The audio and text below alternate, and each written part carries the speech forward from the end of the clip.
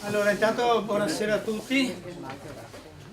Questo, oltre ad essere l'Eco Istituto, è anche da qualche mese la sede di Amico Albero, perché prima ci si incontrava in via Quel Moschin, ma lì non c'è il telefono, non c'è il fax, non c'è la fotocopiatrice, abbiamo deciso di incontrarci qui. Perciò le riunioni di Amico Albero, che si tengono tutti i mesi secondo il quarto mercoledì del mese, si tengono qui. Di solito alle 18:30. Abbiamo deciso che i prossimi 4, da oggi, quarti mercoledì del mese, siano momenti pubblici non interni all'associazione e sui temi che avete visto, chi riceve terra e acqua o chi ha ricevuto le mail, sui temi del verde di Mestre del Comune di Venezia, ma siamo concentrati su Mestre. Oggi è il primo incontro, quindi la prossima volta sarà il 23 marzo e ci sarà relatore Roberto Micheletto e non anche Davide Luzzi come è scritto qui, e poi ancora ci sarà il 27 aprile e il 25 maggio. In giugno decideremo quando, in che giorni e in che date. Faremo 2 uscite, una sicuramente al Parco Bissuola e negli orti del Parco Bissuola con Davide Luzzi, che qui risulta essere relatore il prossimo mese, invece farà questa cosa, e l'altra ancora non sappiamo dove la faremo, ma sempre in posti importanti del verde di Mestre, probabilmente sul bosco di Mestre tra Favaro e Dese, certo, dove i cacciatori impazzano per 4 mesi all'anno e non ci fanno 5 mesi all'anno. Oggi è la prima. Luca Mamprin è presidente di Amico Albero, quasi dalla sua fondazione, è il dottore forestale. A lui la parola. Sì, buonasera intanto. Io ho invitato anche il mio collega con cui lavoriamo da tanti anni, principalmente sui pipistrelli, Marco Bernardi. Ci occupiamo, lui è stato fino a pochissimo tempo fa il direttore di Valle Averto per il WWF, io ero il forestale, insomma, che seguiva, che aiutava un po' all'interno. Allora, il titolo di questa conferenza è altisonante. Aspetti fitoclimatici e principali habitat. Non aspettatevi una trattazione realmente specialistica sugli habitat e sugli aspetti fitoclimatici o di fitosociologia, faremo abbastanza a volo d'uccello una piccola carrellata di quelli, perché l'intento è quello, una piccola carrellata di quelli che sono, di quelle che sono le zone ecologiche, di quelle che sono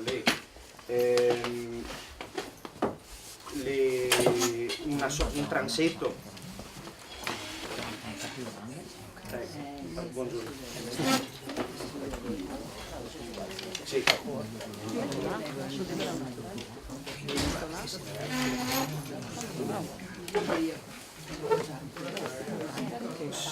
Vado avanti. Vai avanti, tu devi mettermi in fondo. Quindi dicevo rapidamente, insomma, una carrellata e poi eventualmente possiamo fare un piccolo dibattito sulle cose dette, di quelli che sono gli ambienti naturali che si dovrebbero incontrare nel comune di Venezia, sostanzialmente dal fronte del mare, dal bagnasciuga lato mare fino ai confini con i comuni interni, quindi diciamo la terraferma con i boschi di terraferma, le tipologie di boschi di terraferma.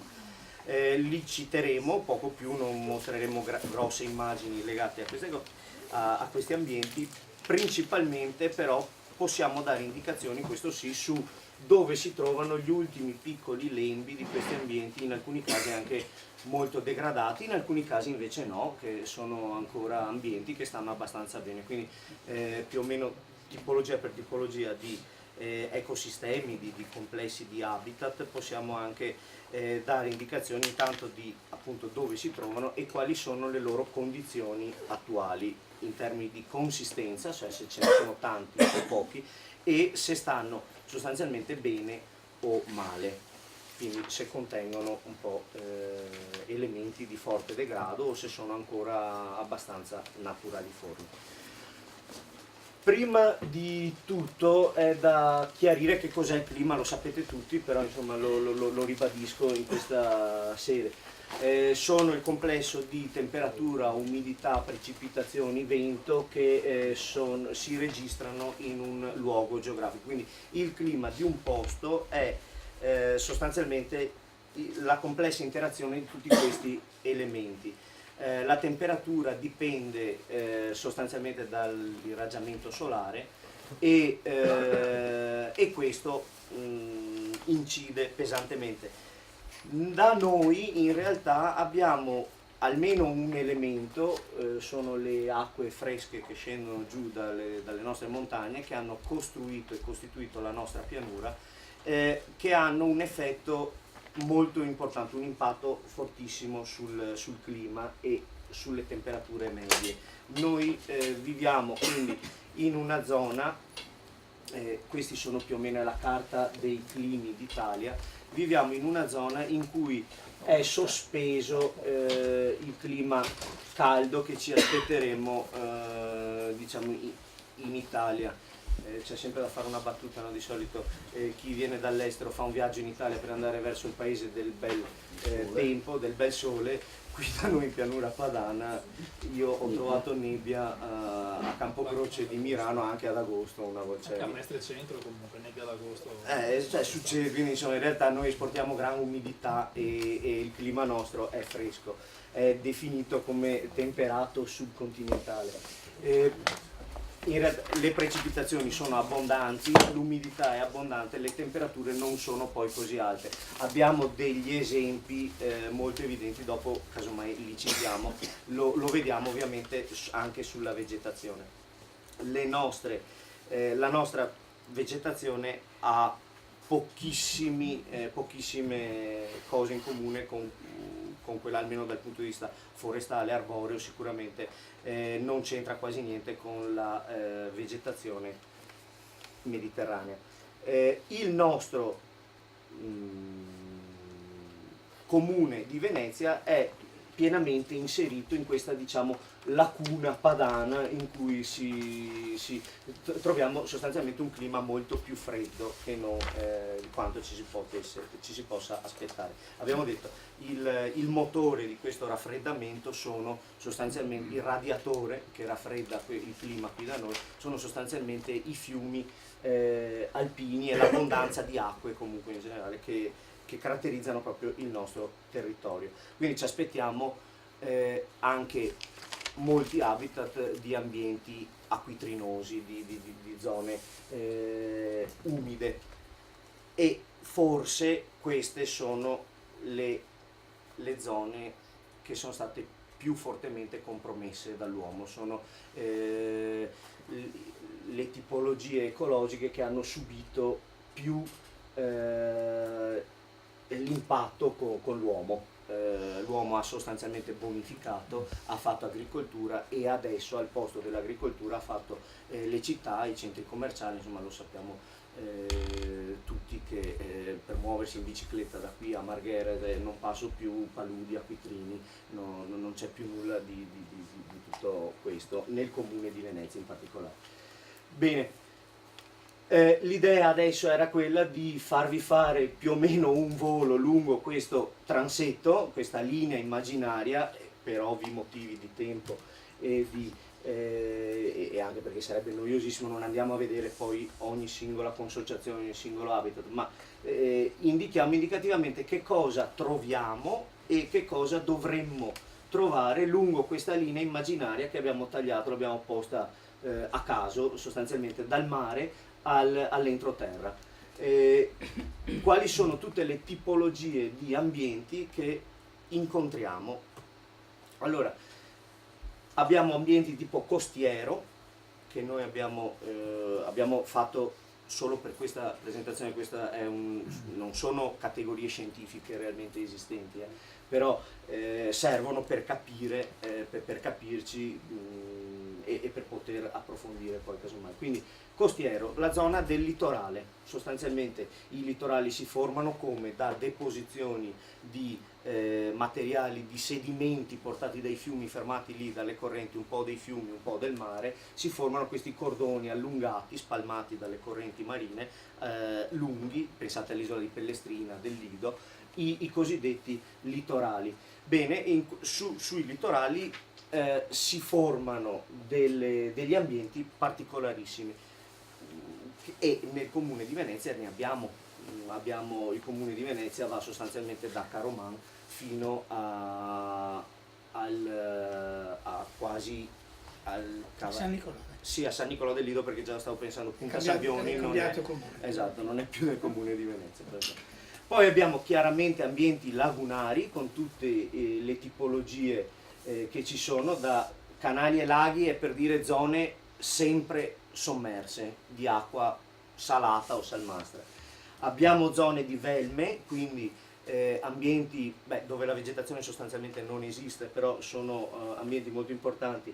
Le velme sono porzioni di fanghi, di sedimenti, di limi, argille che nella laguna di Venezia giornalmente vengono esposte all'atmosfera o vengono sommerse al crescere della marea.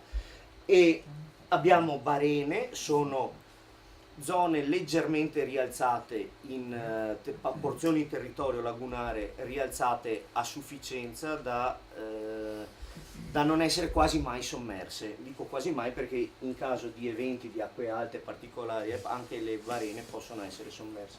Infine troviamo i luoghi più alti della laguna, le isole, e sono chiaramente, è un'isola, un posto che non è mai sommerso, se non c'è proprio la tromba marina, insomma succede qualcosa di gravissimo. Normalmente le isole, anche dalla vegetazione, cioè troviamo pioppi, troviamo salici, troviamo querce sulle isole, insomma abbiamo proprio vegetazione anche boschiva. Bene, passando sempre con questa linea ideale, arriviamo alla gronda lagunare. Questo forse è l'ambiente, è la tipologia, il contenitore di ambienti, di habitat per così dire, in assoluto più degradato. Questo più interessante, forse esatto, naturalistici, interessante, sì. Perché appunto, come definiremo poi la gronda lagunare, è un punto d'incontro tra l'ambiente terrestre, l'ambiente acquatico dolce e l'ambiente acquatico invece salato. In questa fascia che vedremo poi c'è proprio tutto questo, c'è sia alternanza di acqua dolce, terra e acqua di mare, che in questo modo si mescola. Sì, è l'equivalente dei litorali che separano sostanzialmente il mare dalle acque di laguna, è l'equivalente, il confine, la frontiera tra la laguna e la terraferma. Quindi un ambiente ricchissimo, un mosaico di habitat molto particolari. Ahimè, vorrei dire scomparsi completamente. Questi, cioè, in gronda lagunare troviamo un aeroporto, troviamo varie città, troviamo è stato comunque negli anni, nei secoli bonificato, perché se pensate anche l'agricoltura si è sempre servita di queste porzioni di territorio costruendo argini, dighe sostanzialmente e bonificando, quindi svuotando dell'acqua, ambienti che forse in altre epoche avrebbero detto malsani, con l'idea quindi che l'uomo deve poter stare dappertutto e bisogna bonificare. Ecco, non entro nel merito di dire se è giusto o è sbagliato, però se volete,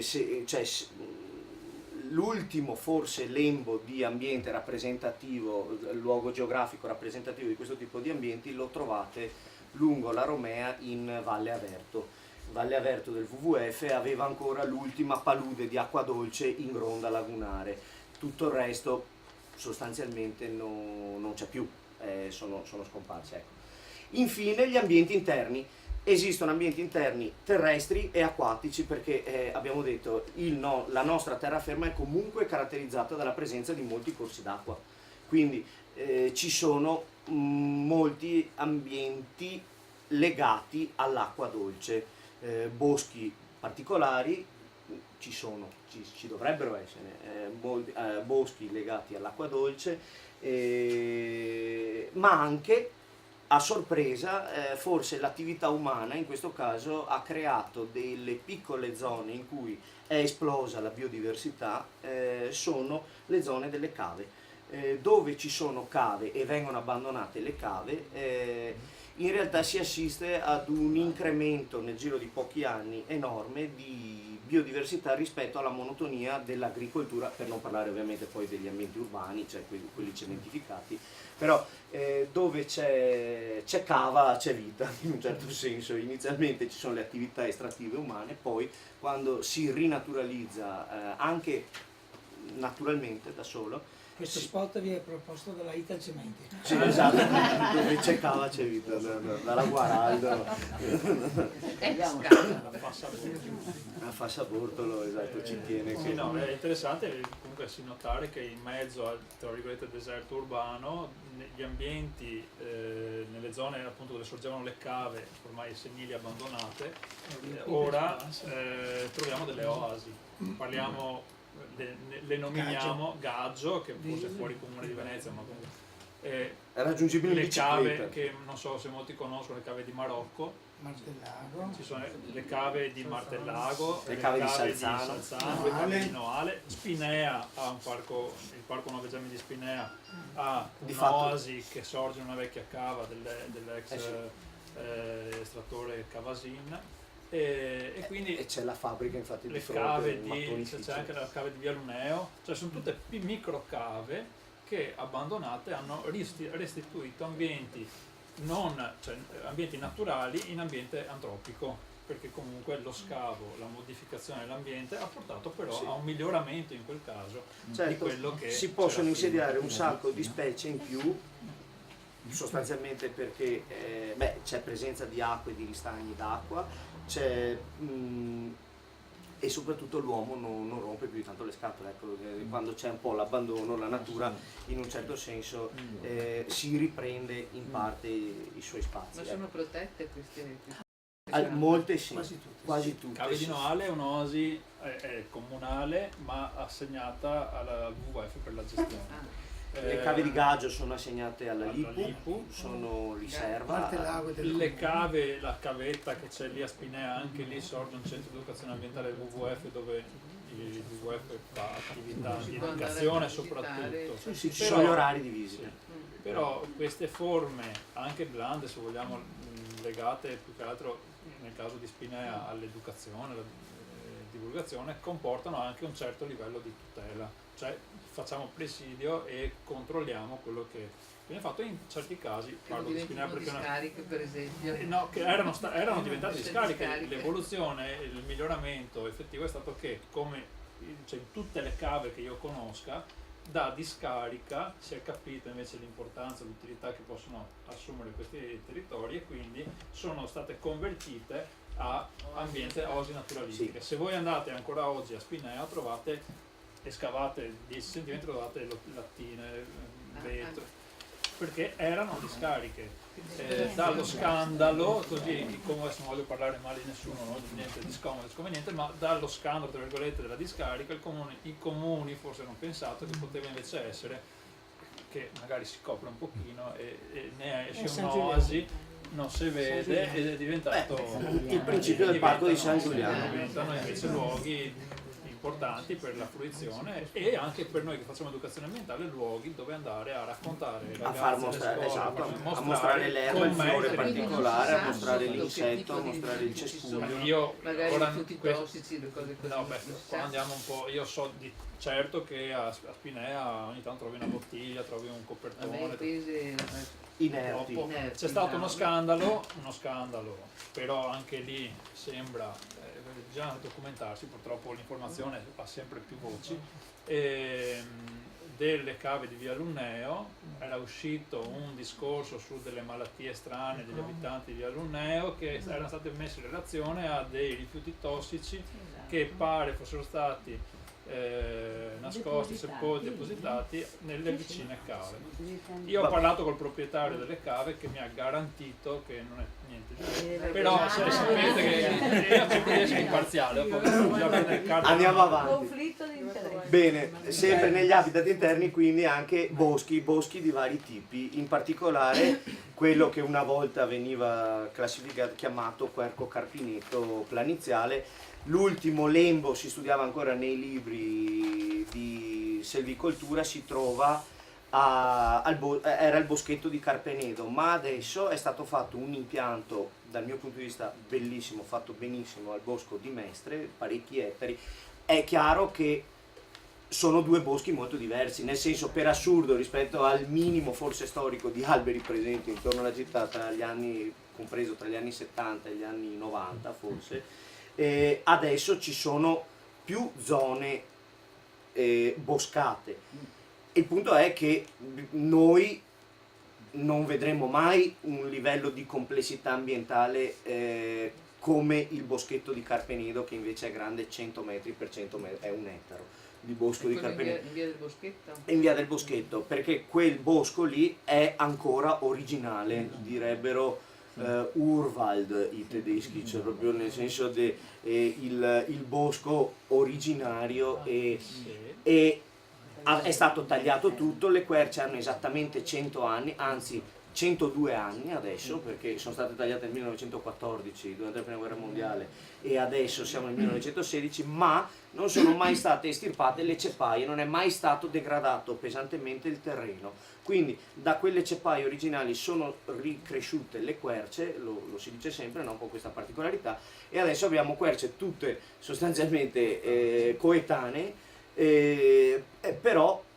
il terreno non è un impianto, il terreno è ancora quello originale che ospita le sue orchidee, ospita i suoi funghi, ospita i suoi microorganismi, è un terreno vivo, è un terreno forestale, quindi maturo, vecchio di secoli, che si è modificato e si è evoluto nel tempo in lungo periodo.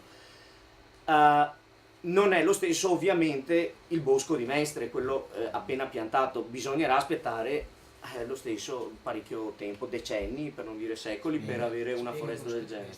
Il bosco di Mestre però è bellissimo perché la composizione floristica, o meglio la tipologia di alberi che è stata piantata è esattamente quella che ci dovrebbe essere, ovviamente aspettando i tempi della natura. Anche lì noi non vedremo neanche un boschetto semplificato come c'è adesso, però casomai ne parliamo dopo. I forestali hanno forzato un po' i tempi della natura, quindi piantando loro le piantine, entrando poi con la motosega per fare spazio e fare le ripuliture che servono. Insomma, serve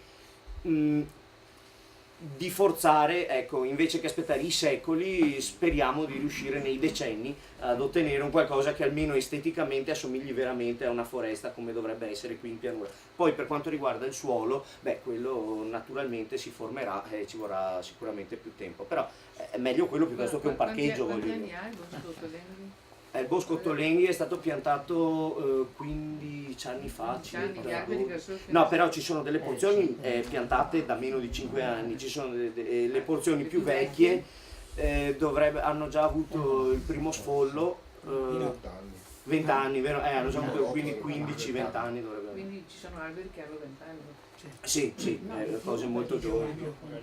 Già Sì, hanno piantato essenze magari di solito si pianta di 1, 2, 3 anni al massimo. Sì. Comunque, bene, arriviamo ai nostri habitat, la carrellata. Abbiamo parlato quindi di 4 macro aree che noi stiamo inventando qui al momento per poter parlare di appunto questo transetto. E osserviamo il primo, habitat costiero. Noi nel comune di Venezia troviamo sul litorale più o meno questa sequenza qui. O dovremmo trovare, perché dove invece i bulldozer hanno fatto un unico piano per mettere gli ombrelloni e le sdraio, lì troviamo solo il deserto, nel senso c'è estremizzata questa fascia qui sostanzialmente, quella di spiaggia. La spiaggia nuda, il deserto, che è un habitat, è un habitat molto semplificato se vogliamo, ma a suo modo è un habitat. Ci sono i carabidi che ci corrono sopra, sono coleotteri, predatori. Prego? Ci sono le formiche leone. Sì, ci sono le formiche leone, insomma, certo, dal punto di vista della vegetazione siamo... Ci sono anche i predatori, perché anche la volpe arriva fino il tasso, ho trovato... tutti gli uccelli, i gabbiani... di tasso nei pressi esseri umani. Esatto.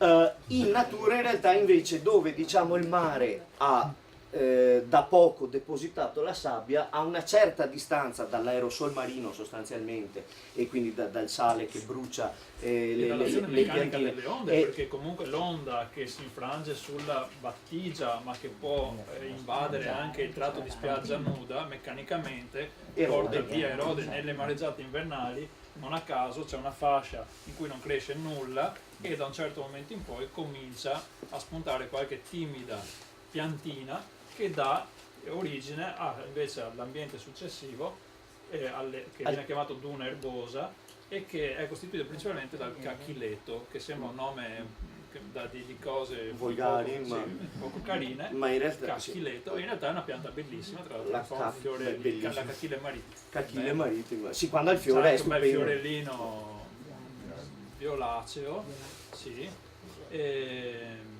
Sì, no, il giallo è la rucchetta marina. la rucchetta di no, il fiore giallo ce l'ha non mi viene in mente. Vabbè, dopo lo diciamo in caso. La cachila Comunque, è il fiore rosellino sostanzialmente o bianco. Sostanzialmente le prime piante, quelle appunto cosiddette pioniere, sono queste piante qui che si accontentano di pochissimo terreno che si è formato.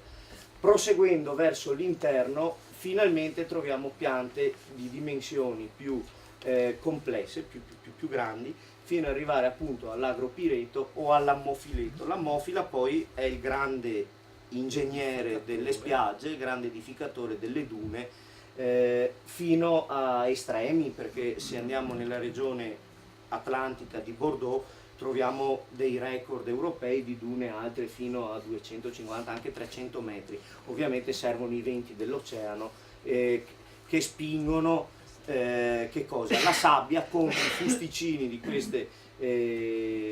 queste piantine, la pianta, l'Ammophila arenaria o Ammophila litoralis, ferma la sabbia e Che si ammucchia quindi. si ammucchia, crea un monticello di sabbia. Già l'anno successivo la piantina, che è stata in parte sommersa dalla sabbia, vede una parte vede i semini della pianta stessa che ricadono sopra la sabbia e rispunta lì, una buona parte rispunta invece dalle radici che rimangono vitali sotto la sabbia e crescono forando quello strato di sabbia che si è accumulato e anno per anno crescono in altezza, creando cosa? Uno schermo sempre più alto nei confronti del vento e all'accumulo della sabbia. Cresce la duna. Vincente è sicuramente l'apparato radicale dell'ammofila che, Certo, essendo ben ramificato e diffuso, ha funzione meccanica di trattenere la sabbia in sede, esatto. Quindi il vento non riesce più ad agire alla base della duna perché questa è tenuta ferma, diciamo, è trattenuta dalle radichette Esatto. dell'ammofila. Però fino a questa pianta che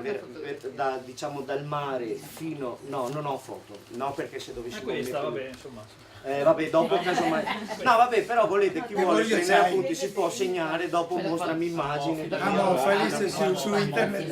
Da vicino è quella che fa quelle cose che si appiccicano. No, è una graminacea e ha l'appola, delle fronde l'appolone. molto lunghe, le foglie sono molto strette e accartocciate anche un po' a formare quasi, a chiudersi su se stesse per raccogliere. C'è a San Nicolò? Sì, credo proprio sia San Nicolò del Lido. Sì, a San Nicolò del Lido ci sono, c'è quel po' di duna. C'è l'agropireto che ha delle fronde, è più piccolino, ha delle fronde quasi pungenti. L'agroppino Iunceus, se non sbaglio, costituisce l'agropireto. Mentre l'ammofiletto ha queste fronde molto più lunghe e ricorda degli erboni alti che crescono però sulla sabbia nelle prime dune. Se voi poteste fare una È una sezione graminacea, non è una sezione della duna, cosa che hanno fatto con i bulldozer a suo tempo quando hanno spianato, ma potendo fare una sezione della duna in realtà all'interno voi non trovate sabbia e basta, ma trovate sabbia mescolata a tutto l'apparato radicale di questa pianta che trattiene sostanzialmente la duna. Bene, la duna poi ha un effetto fondamentale per fermare l'aerosol marino e non solo, da questa pianta in realtà dalla degradazione, dalla decomposizione di questa pianta, da tutto il complesso di viventi che si associano alle radici, a questo piccolo habitat che si forma, in realtà comincia timidamente a formarsi del terreno un po' più nutritivo, un po' che può sostenere piante più grandi. Ecco che si passa quindi a delle dune che non sono più le dune bianche e si passa alle dune grigie, per così dire, la zona dei cespugli, che qui da noi ha delle particolarità incredibili. Nel comune di Venezia, appunto a San Nicolò del Lido, agli Alberoni, oppure passando di comune, andando subito a Chioggia, a Caroman, si nota interessantissimo, cosa che i ragazzini di montagna riconoscono, un habitat, adesso ve lo dico così, il tortulo scabbiosetto, si nota la presenza di un muschio sostanzialmente, che in alcuni casi si mescola anche con le eriche, esattamente come quelle di montagna, che i nostri ragazzini, non so, quando li portiamo a vedere, vengono da Belluno, riconoscono e dicono: oh, ma quel mio avevo visto, parlano così bellunese, quello conosco, no, questa è la questi sono i muschi e le piante che trovo anche in quota da me su nel Bellunese.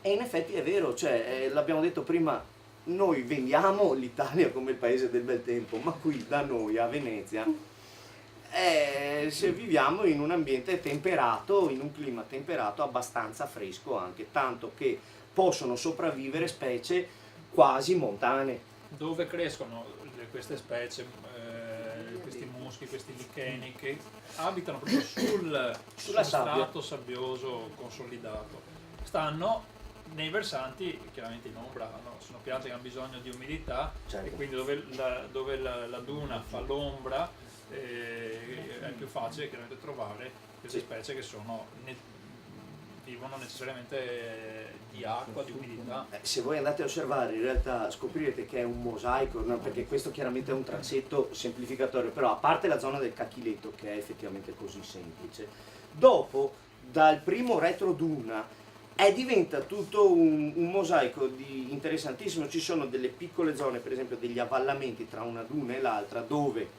con le piogge, con il tempo, franano quelle piccole frazioni di terreno, di terriccio, che vanno a occludere sostanzialmente i pori tra granello di sabbia e granello di sabbia dove sul fondo, e lì si formano delle piccole vaschette, delle piccole raccolte d'acqua, perché il fondo si impermeabilizza, e si formano dei piccoli, quelli che qui sono chiamati retroduna umidi, ma si trovano anche nella zona alle volte dei cespuglietti. Vengono chiamati interduna, cioè tra un sistema di dune e un altro, tra un cordone di dune e l'altro, depressioni interdunali che si riempiono effettivamente di acqua. Si riproducono gli anfibi, le rane, l'ospi. E non solo, perché questa noi parliamo di piante, solo scusate, di piante. No, perché se cominciamo con la fauna.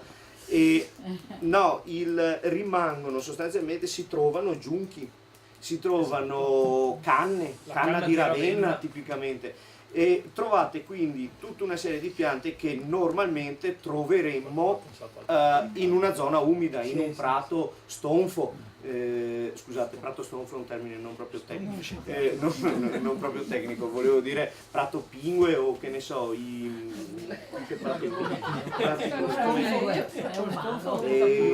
torbiere, ecco, si trovano nelle torbiere, negli ambienti quelli proprio umidi, bagnati. Ora, tra le dune, in mezzo tra, non so, le Notera biennis infestante che arriva dalle Americhe, dove si raccolgono tutte le chioccioline, le ringio marittime, insomma, piante quasi da deserto, a pochi metri dalla Carpile marittima, che chiaramente è una pianta grassa, una pianta succulenta, come fosse un piccolo cactus prostrato sostanzialmente, non ha le spine, ma insomma, lo vedete che è una pianta grassa. Ecco, a pochi metri trovate invece ambienti di zone umide, pur essendo in mezzo alle dune. Sono bellissimi, li abbiamo sostanzialmente disintegrati, però quel poco che c'è, no vabbè, ma lo scopo è anche quello di creare curiosità nella gente, di andare a vedere questi posti, che se un domani venissero fuori di nuovo che devono costruire le villette a Caroman, devono sbancare di qua, magari c'è un po' di opinione pubblica a favore del mantenimento di questi microlendi. Che tra l'altro, giusto per parlare di animali un attimino, solo dopo potremo parlare di piante, in questi ambienti che sembrano, sì, popolati a queste erbette simpatiche, ma trovano spazio animali che nidificano per esempio solo in questi ambienti, che se noi eliminiamo la possibilità di riprodursi a certe categorie di animali. Sto parlando del forse il più famoso di questi animali, un uccello per il quale si spende sono molti sforzi di conservazione, è il frattino. Questo uccello che ama rincorrere le onde in riva al mare per cercare il cibo, che è costituito da molluschi e da invertebrati acquatici che vengono spiaggiati, e che però nidifica sulla spiaggia nuda, cioè proprio magari accanto a un cespuglietto, ma proprio qui in questo ambiente dove inizia la duna e dove c'è la spiaggia bella libera, fa delle uova sempre mimetiche, assolutamente mimetiche, senza il nido, senza però farci alcun artificio, cioè Infatti, il grosso della distruzione delle popolazioni di frattino probabilmente sono stati i bagnanti che negli anni, a parte le gare di motocross illegali fatte in spiaggia, Caromane eccetera, dove quando uno passa con la moto difficilmente sta attento alle uova degli uccelletti, però e spesso il problema è proprio questo, che siccome manca il nido, oddio sua mamma lo ha perso, lo prendono in mano, lo toccano spesso e quando lo vedono, se no lo schiacciano, esatto, no. Per assurdo, spianando le dune aumenti l'habitat a disposizione di queste, però l'utilizzo dei bagnanti della spiaggia, cioè non lasciare mai nessuna porzione alla libera evoluzione, ma tutto deve essere utilizzato, tutto deve essere calpestabile dall'uomo, significa escludere questi animali che sono sensibilissimi alla presenza, ovviamente, ma proprio banalmente nessuno gli vuol fare del male magari, però mettendo lo sdraio uno calpesta le uova e distrugge un nido, perché non hanno un nido riconoscibile. Ma Bene. Torniamo alle piante. È solo un periodo la nidificazione, Certo. quindi basterebbe inibire la spiaggia. Sì, è che è il periodo in cui i bagnanti non è in novembre, per intendere. Sono le uova Sì, maggio, giugno. A San Nicolò si è impegnata molto per delimitare i nidi, individuarli, segnalarli, precintarli.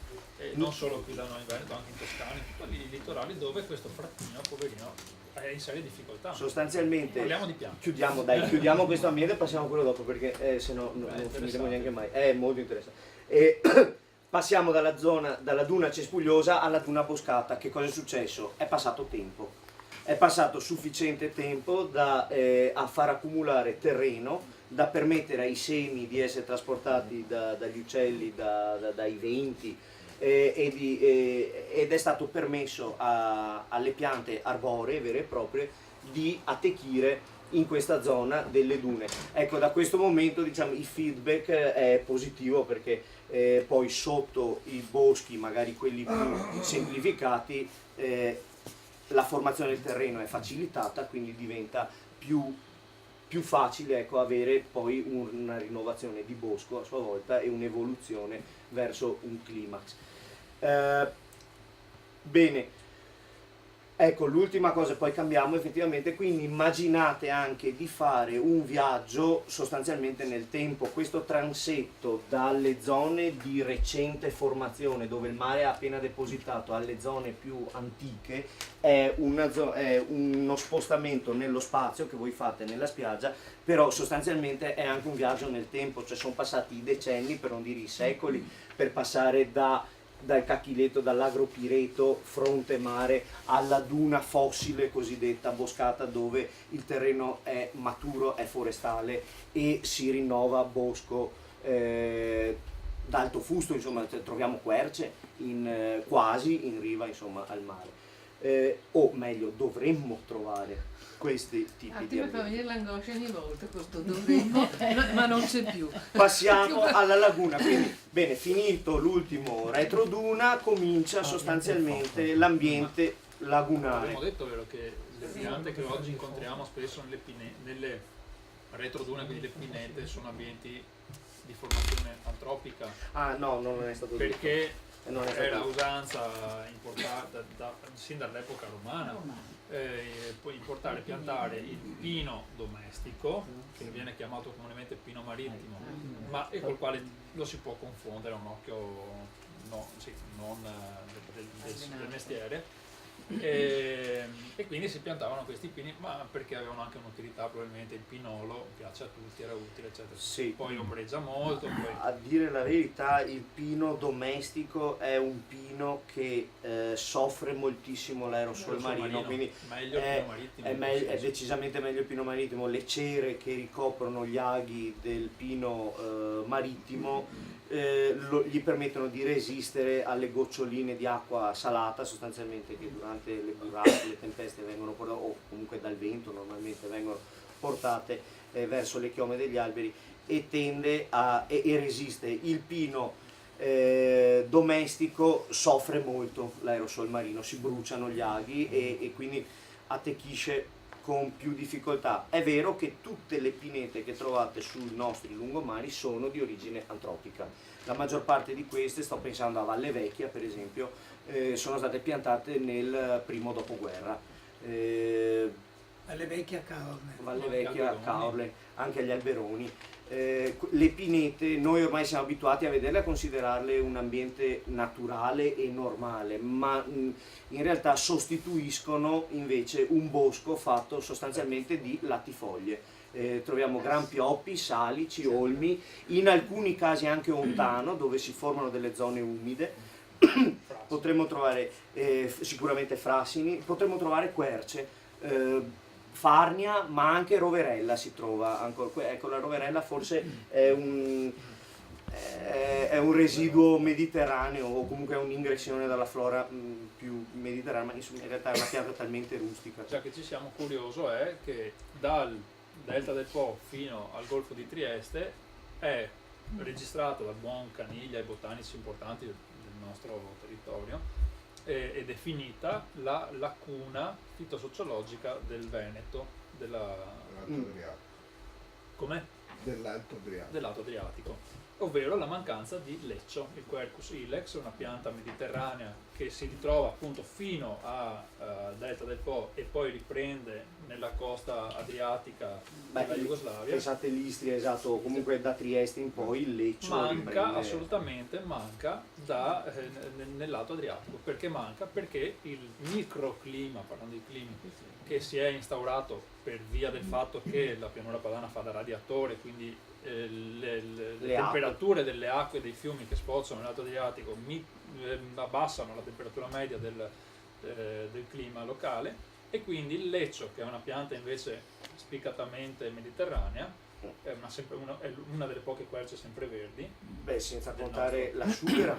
La sughera. Cioè, se non c'è il leccio, figurarsi la sughera, cioè, nel senso, mancano. Ecco che soffre di la competizione con piante invece che stanno meglio in ambienti più freschi come il nostro. Quindi ecco proprio il microclima che determina la mancanza di specie. E anche l'aumento della piovosità, perché l'abbiamo detto, cioè, tutte le nebbie, ma anche di fatto la piovosità che c'è qui da noi non è riscontrabile in altre parti d'Italia, senza parlare del Friuli. Che, insomma, scusa se ti interrompo sempre, ma i pini marittimi ora si stai portati qua dall'uomo, da dove si tira portare?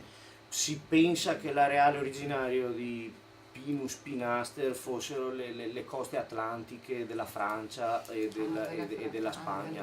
Sostanzialmente quelle erano. Ma no, il pinaster mi ha chiesto il marittimo.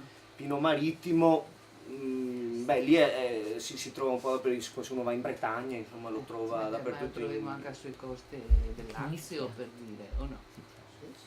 Penso proprio di sì, è stato importato. Però confondiamo spesso il pino domestico, il pino spinea, esatto. il pino spinastro e il pino marittimo. Oddio, anche no, non si assomigliano, però cioè hanno gli aghi, entrambi, e portano gli aghi a due. Ma il pino col portamento a ombrello classico che vedremo è il pino domestico. È il pino domestico che fa la pigna da pinoli, che si ricade in testa, fa male, ma fa malissimo invece l'altra pigna si ricade in testa, quello del pino marittimo, del pino pinastro. Intanto ha una chioma più allungata, più ovale, più lunga, e non tende a fare l'ombrello, a meno che non sia, sono in condizioni particolari, tipo formazioni molto fitte, allora per forza di cose muoiono tutti i rami sotto e rimane, non sarebbe il suo portamento naturale.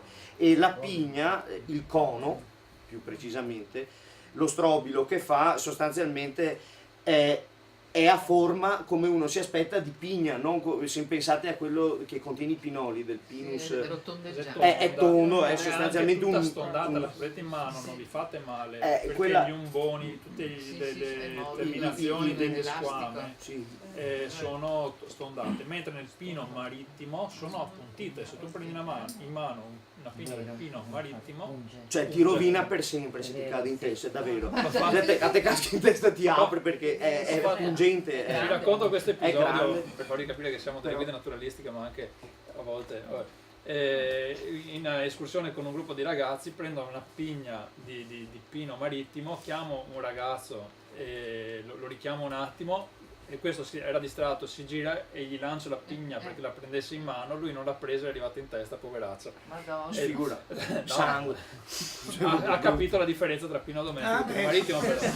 No, perché sono entrambe pesanti, però una punge sostanzialmente, quell'altra no. Vabbè, insomma, a parte questo, passiamo alle zone ecologiche lagunari, per così dire. Cioè la laguna di Venezia bisogna andare più sveglio. Comprende decine di habitat. Abbiamo sostanzialmente, l'abbiamo citate prima, zone dove c'è sempre l'acqua, canali, laghi, abbiamo zone dove l'acqua c'è raramente, le barene, abbiamo zone dove l'acqua giornalmente c'è e non c'è, le velme, e abbiamo zone dove l'acqua non c'è mai, le isole.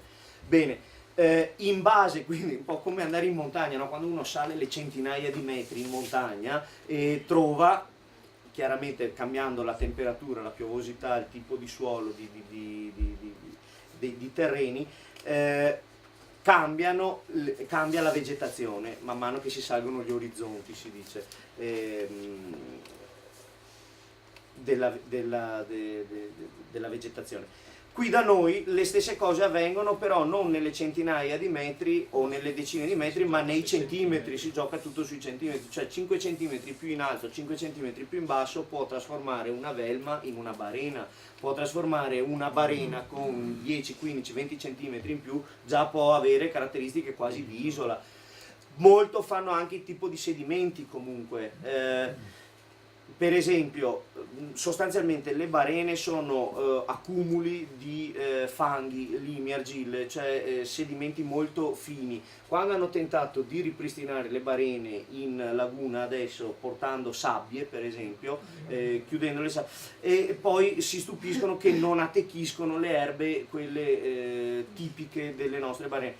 In realtà lì hanno fatto più un ambiente... Sì, non è esattamente quello il tipo di substrato su cui attecchiscono le piante della barena. Ora, rapidissimamente, sotto acqua troviamo anche degli ambienti particolarissimi, molto interessanti, sono cosiddette praterie di fanerogame, gli ambienti conosciuti da tutti i vecchi pescatori di una volta, chi col paravanti, chi con la fiocina, chi in qualche modo con gli stivali tutte le sere andava a recuperare un po' di pesci, di schiette, di cose per far da mangiare a casa, conosceva bene. Ora parlo con i vecchi delle remiere e mi dicono mi vado a vogare, non che ne vedo più.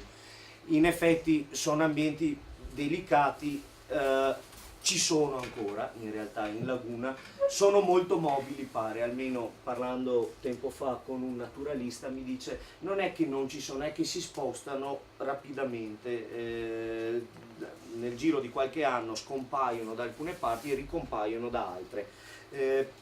Quelle, per capirci, che volgarmente vengono dette le grandi praterie di posidonie, ecco, forse di tutte le erbe, le fanerogame presenti in laguna, la posidonia è l'unica che non c'è, però appartengono a quel gruppo di piante lì le varie zostera, vero? Zostera sono due specie, cioè ci sono sostanzialmente le fanerogame acquatiche di acqua salata, sono 5 specie in Alto Adriatico, in laguna di Venezia ne abbiamo 4. Manca la posidonia, vabbè, però è marina, si trova fuori di più, o forse c'è qualche piccolo esempio proprio nelle bocche di porto dove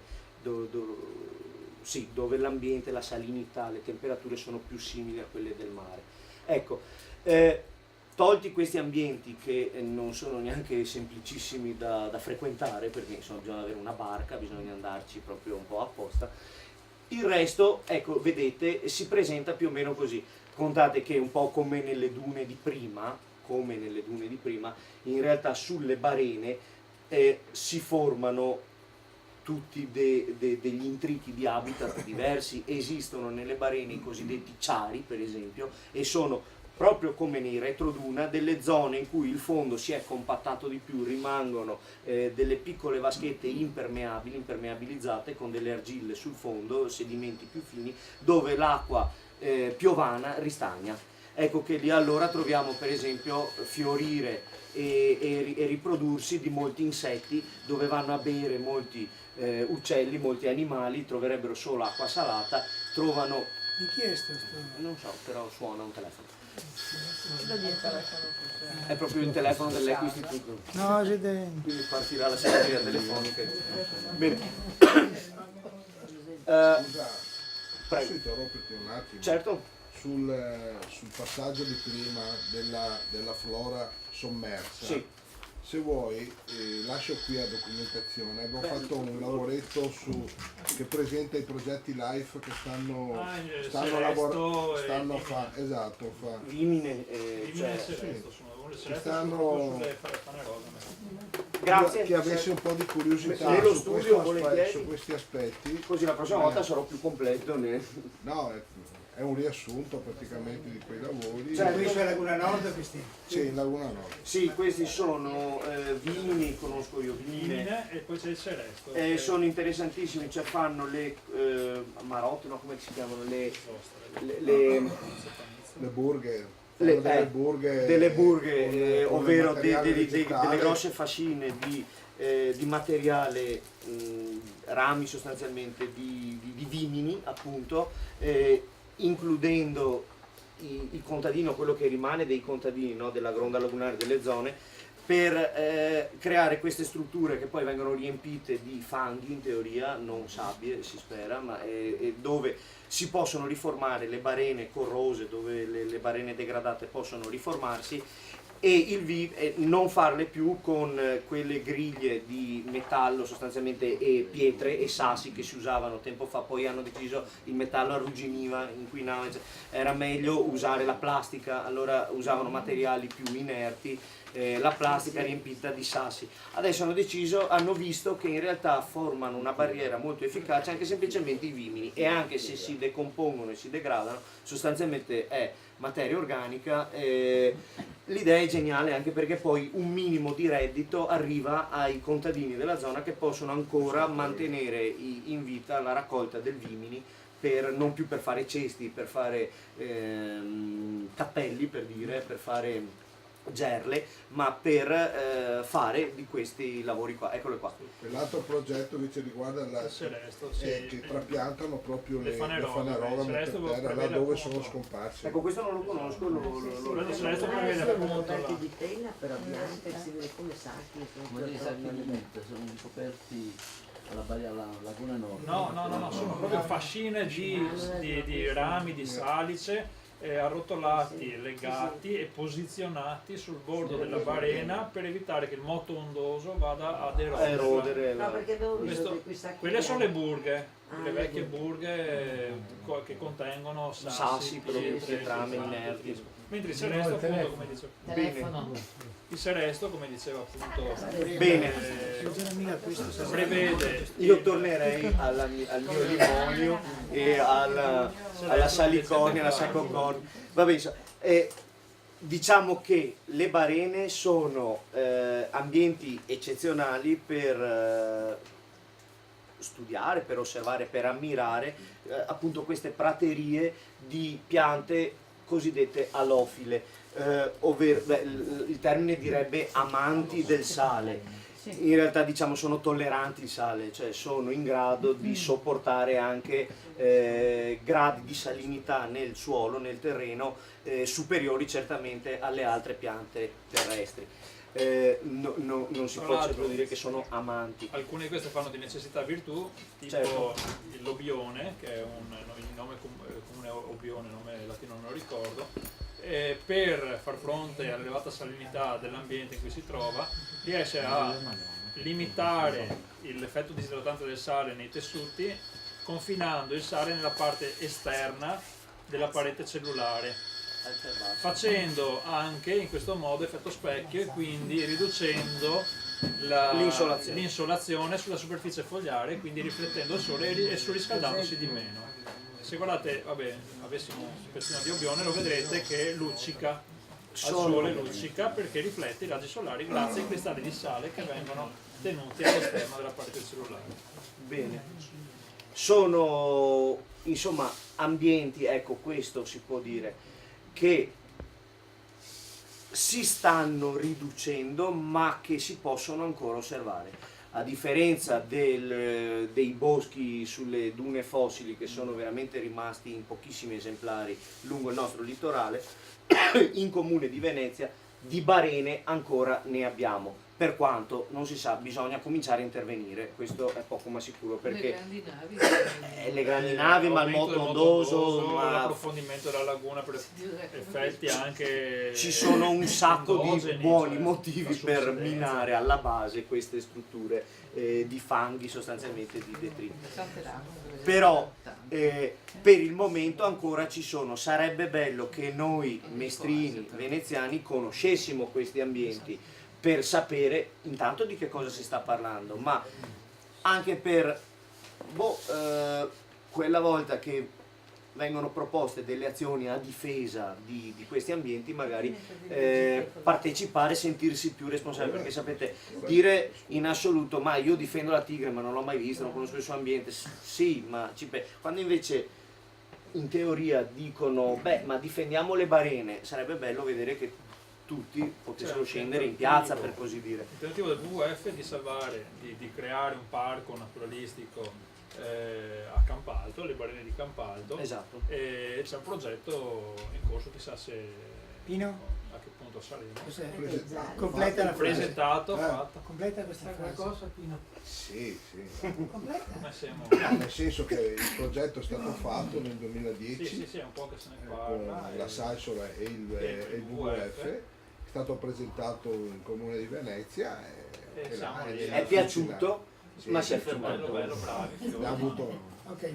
Bene. Comunque no, c'è una cosa riguardo la lacuna biogeografica altoadriatica che è bella da dire, è che non solo non ci sono alcune piante perché è più fresco, ma anche la fioritura delle specie è tutta ritardata rispetto ai cicli che conosciamo tutti, no? Per cui le balene, per esempio il limonio che vedete, comincia a fiorire in ritardo per via del tempo, cioè le piante si sono selezionate in maniera che fioriscono in ritardo.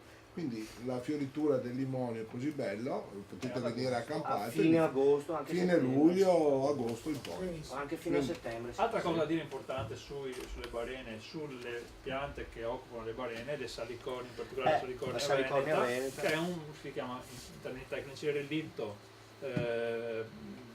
glaciale, cioè ce l'abbiamo qui da noi in Alto Adriatico perché questa con le glaciazioni si era spinta a sud, fino al sud Italia, con il nuovo riscaldamento climatico seguito alle glaciazioni, questa ha cercato le zone fresche, si è infilata su per l'Adriatico e è arrivata sul collo di bottiglia che è il nostro Golfo di Venezia ed è rimasta e sopravvive solo appunto in Alto Adriatico, non trovando più le condizioni nella restante costa del nostro mare. Anche l'Apocino Veneto, se non sbaglio, è un relitto glaciale, è rimasto dall'ultima glaciazione. In Comune di Venezia che io sappia non se ne trova, però andando a Cavallino c'è a Cavallino, perché io ho trovato a Caorle e Raclea, più a nord, c'è altri comuni, comunque sempre in zone limitrofe. Ce n'è una che è commestibile anche, no?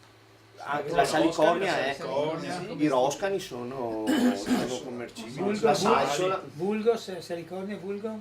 la salicornia veneta. Non ha un nome in dialetto.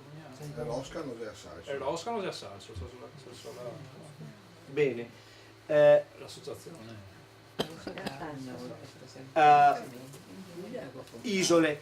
Nelle isole sostanzialmente troviamo delle condizioni di vegetazione fortissimamente compromessa. Chiaramente le isole della laguna di Venezia sono sempre state abitate, l'esempio, non lo so, è il bellissimo San Francesco del Deserto, il cimitero di Venezia invece, San Michele, cioè isole bellissime dal punto di vista estetico, gli alberi sono cipressi.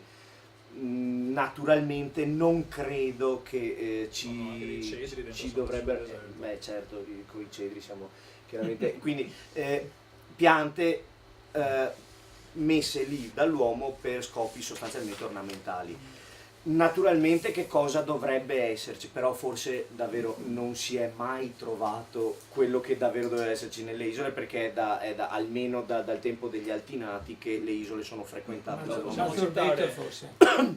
Possiamo Può darsi, citare l'interessante Frassinetto che ancora resiste, ecco, quello sì, alle sciagure varie delle trombe d'aria, delle ristrutturazioni, dei venti di Venezia, sì. che è il Frassinetto dell'isola della Certosa. All'isola della Certosa. Il vento di Venezia non se Il riusciva a vento buttare di Venezia ne ha buttato giù una parte, ma non tutto. In realtà lì il vento di Venezia è la società che ha preso le unghie sulla Certosa. sì, non stanno facendo malissimo, a dire la verità. Tra l'altro è 3 anni che ci fanno fare, bisogna anche dirlo, È vero, il monitoraggio dei pipistrelli, perché vorrebbero in qualche modo il Kalashnikov per battere sì, esatto, perché vorrebbero che gli dicessimo che ci sono tanti pipistrelli che stanno bene e che presto si estingueranno le zanzare. Non sarà così, temo che resteranno un po' delusi dai nostri risultati.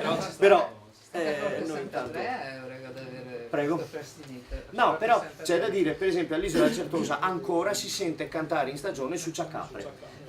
Alle Grazie, abbiamo fatto anche il monitoraggio alle Grazie di Isola Abbandonata al vecchio ospedale. Quest'anno abbiamo trovato la nidificazione proprio di Succiacapre, quindi sono uccelli non proprio frequentissimi, ecco. Adesso no, anche perché non ci sono più le capre.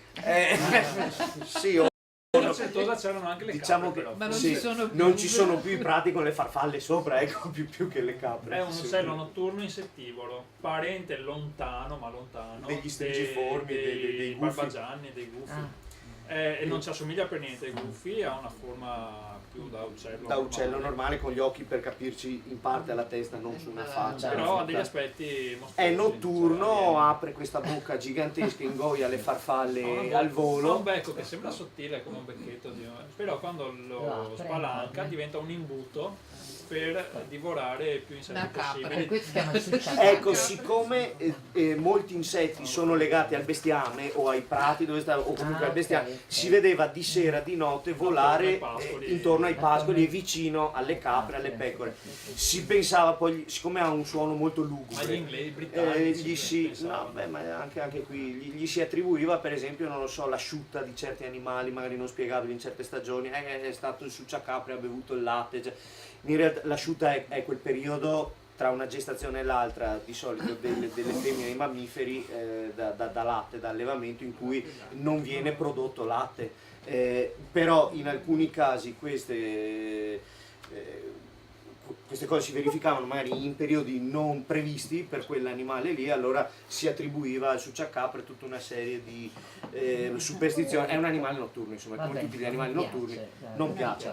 In realtà noi nelle nostre isole ce l'abbiamo, sarebbe bellissimo una volta portarvi tutti ad ascoltare il canto del Succiacapre, o perché ha un canto particolarissimo, sembra un disco rotto, una roba un po' metallica, strana. No, vabbè, non immaginatevi un canto melodico, cioè, è un suono che se non vi dicono che è un Succiacapre dite ma se non cos'è sta roba, perché cioè, sembra uno stridore di robe metalliche. Noi siamo bravi alla alla fine ve lo diversità. facciamo sentire. Esatto, Per raccogliere i diversi. assolutamente sarebbe bellissimo portarvi a sentire questo animale, perché intanto se c'è vuol dire che trova da mangiare, e se trova da mangiare vuol dire, essendo un insettivoro, che l'ambiente non ha troppi insetticidi. Ora, sui prati dei nuovi alberghi, delle nuove zone dove non si viene mai punti dalle zanzare, vi siete mai chiesti come mai? Perché ci sono tanti pipistrelli, o perché questi spargono sostanze che Pipistrelli spray. Esatto, dei pipistrelli portatili spray. Andiamo avanti, quindi le isole fortemente degradate, cioè più che degradate, ambienti naturali hanno pochissimo. Quelle abbandonate hanno un reingresso delle specie nostre, ma l'ingresso sarebbe lentissimo, non basterà il tempo sicuramente da qui alla vendita al prossimo palazzinaro o costruttore di alberghi. San Lazzaretto Nuovo, San Lazzaretto Vecchio, Sì, Mazzerbeto, Sant'Erasmo, San Giorgio in Alga, Esatto. ce ne sei una decina di isole. Sì, anche l'isola delle Grazie di cui parlavamo prima, è che però- quella aveva un parco dell'ospedale, aveva un parco suo dell'ospedale con tutte specie ornamentali. Adesso che è stata abbandonata un po' di tempo, la boscaglia che si è diffusa sostanzialmente è di alloctone, cioè è di specie, c'è tanto ailanto, quello è un dramma, c'è tanto dove riesce ad attecchire, ma purtroppo riesce spesso e poi diventa devastante, il lacero negundo, insomma ci sono un po' di queste cose. Anche l'isola di Campalto, no? Anche l'isola di Campalto no? Sì, L'isola di Campalto è ancora una neoformazione in termine tecnico, cioè è tutta boscaglia, è tutto cespuglietto. Ci sono interessanti degli alberi da frutto piantati chiaramente dall'uomo, da qualcuno si è messo il pomo, un altro si è messo un ciliegio, e qualcosa di questo si sta in parte riproducendo, quindi Come Bovegna. sì, sicuramente dall'arrivo, diciamo, termine sarebbe l'endozoocoria, cioè il trasporto dei semi da parte degli animali all'interno del loro corpo, gli uccelli in particolare, sono arrivati i volgarissimi amoli, cioè Prunus cerasifera è arrivato ne ho trovato 1 o 2 all'isola di Campalto, quindi c'è un minimo di rinaturalizzazione molto, dal mio punto di vista, interessante, perché dopo diventa habitat per animali che possono venire a mangiare, possono venire a nidificare, fare.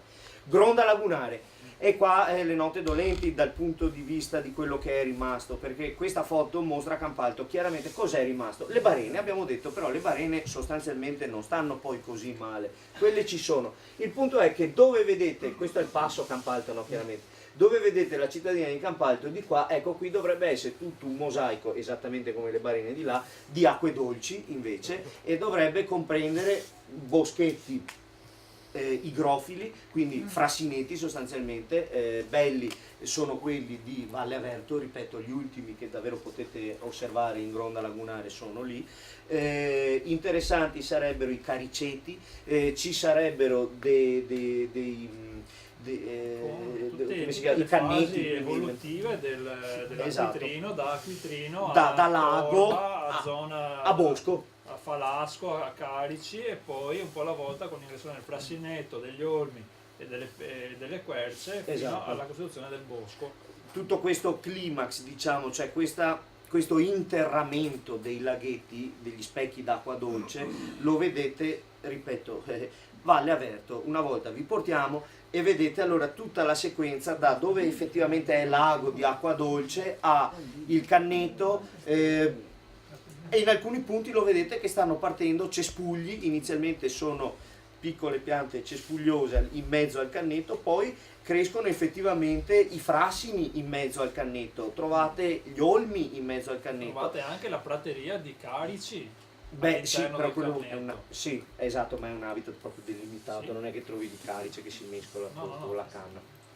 Sono habitat proprio a sé stanti, a parte, giuncheti, insomma sarebbe un ambiente ricchissimo di flora e di conseguenza di tutti gli animali che ci stanno sopra, che potrebbero sfruttare questi ambienti. In realtà è in assoluto il più degradato, però diciamolo, a monte non è stata solo la speculazione edilizia degli anni 50 e 60, a monte c'è stata l'agricoltura, se vogliamo, quindi prima di tutto questi ambienti sono stati bonificati, si dice, quindi resi buoni per l'agricoltura, con l'eliminazione appunto di queste cose che per l'uomo sono in effetti malsane. Non è che si può vivere nelle paludi, lo facevano i fuggiaschi, vabbè, insomma, le persone che dovevano un po' nascondersi andavano appunto a vivere nelle paludi.